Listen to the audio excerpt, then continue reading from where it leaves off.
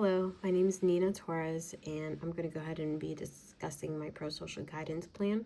So, first, my philosophy is that children learn best when they're in a learning environment that positively encourages their social and emotional development.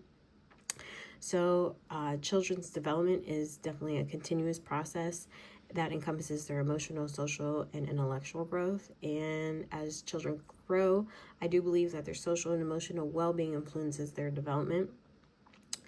And I think that when kids are dealing with things at home or they don't feel well inside, that they might have trouble focusing and paying attention.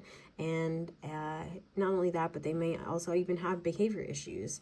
And I think that is a wonderful way to find, you know, interventions that can positively encourage them and redirect their focus.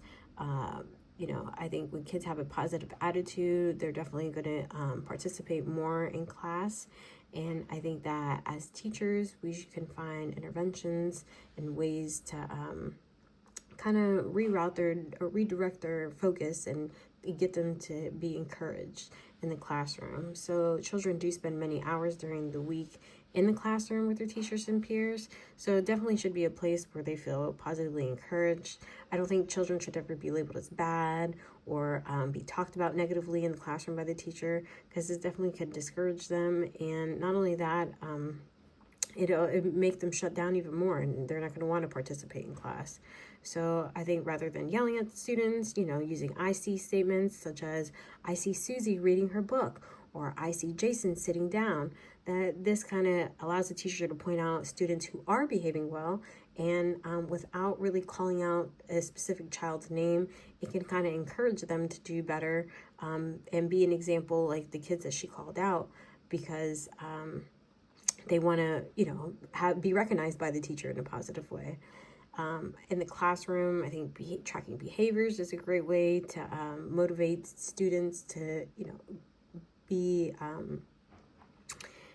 to create a positive classroom. I think it motivates them to want to do well when they know that, okay, if I do this, I'm going to get a point, such as using the PBIS behavior tracking system. In the classroom I was in, the teacher did use this, and it worked very well, because the kids, she would word everything around. Okay, she had students grouped in 4 to 5 desk, and each group of students had a name. So she would say, example, group 1 is getting a point because they walked to their cubbies the quietest to get their coats, or group 2 is getting a point today because they were quiet and followed directions when putting their Chromebooks away. So I think it motivates students to behave well, because they knew that they were responsible for getting points, not only for themselves, but for the whole group. So the parent partnership apps, I used Remind app, Seesaw, Blooms. Seesaw I thought was the greatest, because it's a great way to have students represent their ability to demonstrate self-management and responsible decision-making. The app actually allows students to participate in sharing their work with their family, and teachers can create an account and allow students to take pictures of the work that they want to share with their families, and students are able to use the images to create a journal entry describing their work. And this actually allows students to feel confident in their learning and encourages them to do well, because they are participating and, they're finding ways to, engage not only the teacher, but their parents also. So in my lesson plan, I chose social awareness, and I chose identify reasons for making a positive contribution to the school and community.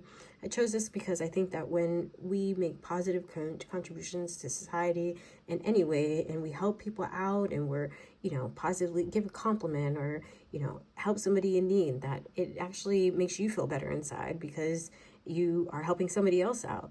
And I think it can motivate you to do well, and I think it definitely boosts your self-esteem by helping other people out.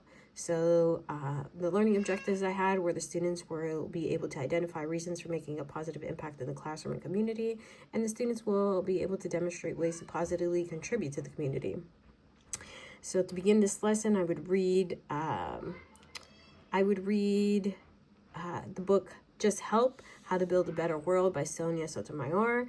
And in this book, it actually describes community helpers in the classroom, and how you can positively impact anybody that you're around at any point throughout your day. And that can, again, be by compliments, by helping somebody, by donating something, by participating in a food drive or anything like that. So I would have students read the book, and then we would discuss it, and then we would complete a worksheet to